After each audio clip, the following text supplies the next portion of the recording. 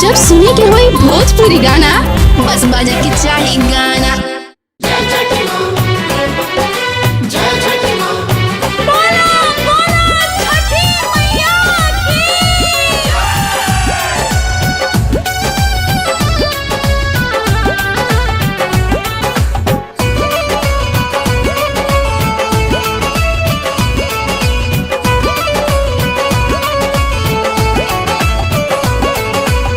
फलिया गरावटा से साज के दहुरिया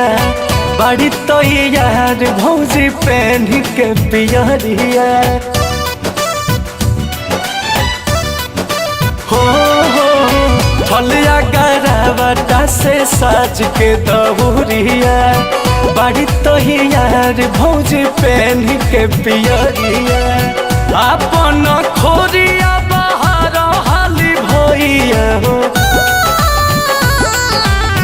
अपन खोरिया बाहर हाली भैया भौजी ही माही जइए छठी घाट हो छठी मैया आजू जोहत हुई है बात हो छठी मैया आजू जोहत हुई है बात हो छठी मैया आजू जोहत हुई है बात हो।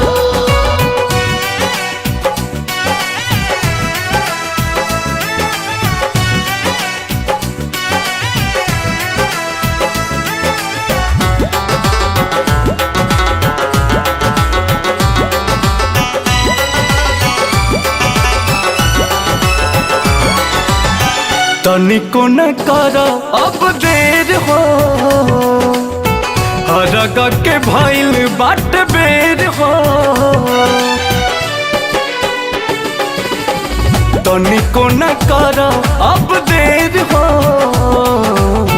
हरग के भइल बाट बेर हो झटक पजाही के निहाला दौड़ा हाली घर से निकालो तोहरो तकर के बसंग ही पूजैया बेरा बीते जनी बुझतनी बात हो छठी मैया आजू जोहत हुई है बात हो छठी मैया आजू जोहत हुई है बात हो छठी मैया आजू जोहत हुई है बात हो।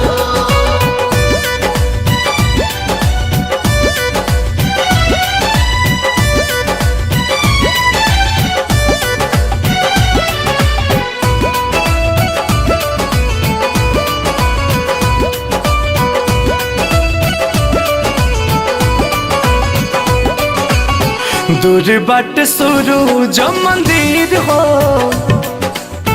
देख बढ़िया ता बड़ी भीड़ हो दूर बाट शुरू जो मंदिर हो देख बढ़िया ता बड़ी भीड़ हो कर दसिया डिह जनी सोचा जल्दी पोखरावा पहुँच छठ के बधैया गावा तारे दोनों भैया अंकुश राजा के बागीतिया सुनात हो छठी मैया